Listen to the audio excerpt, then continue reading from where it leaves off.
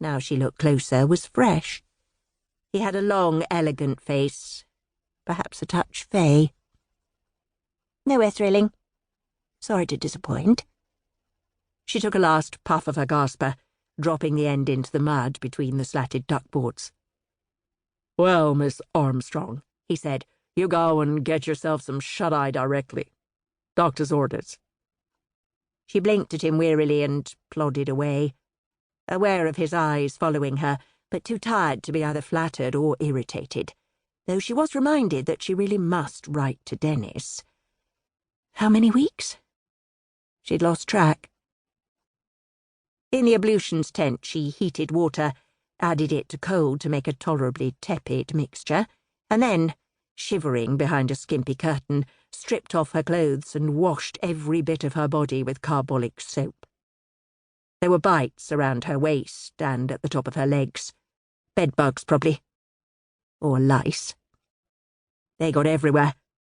The men carried them on their bodies, in their clothes, in their equipment, and there was no getting rid of them, despite the bonfires of lousy clothes with their pools of khaki smoke. A mosquito buzzed around her wet body. She smacked at it and dried herself. Too tired to wash her hair after all. Goodness knows what might be living in it. And hurried back to her hut, head down, avoiding eyes. Please, no one speak to me and waste a precious moment of my rest. Back in her hut, she kicked off her shoes, dropped her outer clothes, clambered up the ladder into her narrow bunk, and plummeted straight into proper, marvellous, profound sleep. Something startled her awake, gone by the time she opened her eyes. Cat or rat or dream? She blinked at the wooden wall, the wavery slivers of light between the boards.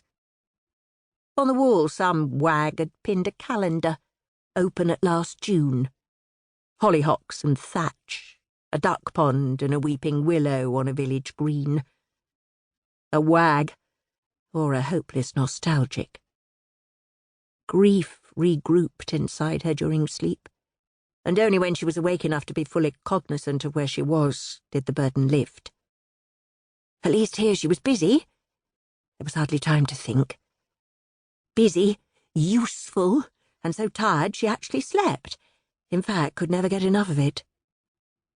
Now she allowed herself an extra 2 minutes of wallowing before she climbed down the ladder and shivered into her clammy clothes.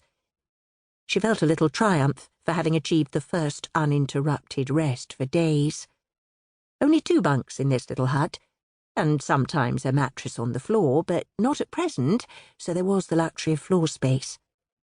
She felt lucky to be in here, and sharing with Iris, too, rather than in the great khaki dorm tent with most of the girls. In this small place, one could at least have the occasional enormous luxury of being on one's Todd. There was a mirror tacked to the wall, and in its cheap glass her face appeared pale and somewhat warped.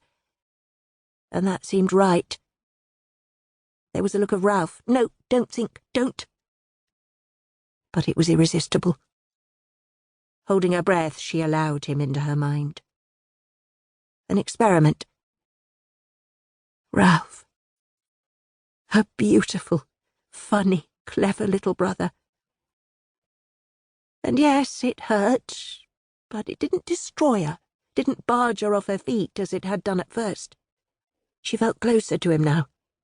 Helping boys like him was helping her through her grief. But of course it still hurt like hell, and it always would. Always should. She began to brush her wretched hair. Get on, don't dwell. Iris pushed through the door and, without removing her shoes, sank down onto her lower bunk. She took off her specs, rubbed her eyes, and lay prone, staring at the underside of the top bunk. "Take your cap off at least," said Clem, pinning her own over the coiled greasiness of her hair.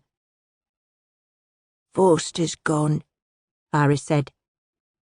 "Well, don't," said Iris fiercely. "Don't dare say he's better off out of it. He was 17. 17! Never had a sweetheart, he was telling me at the end. Wasn't stupid, knew he'd bought it. Never even kissed a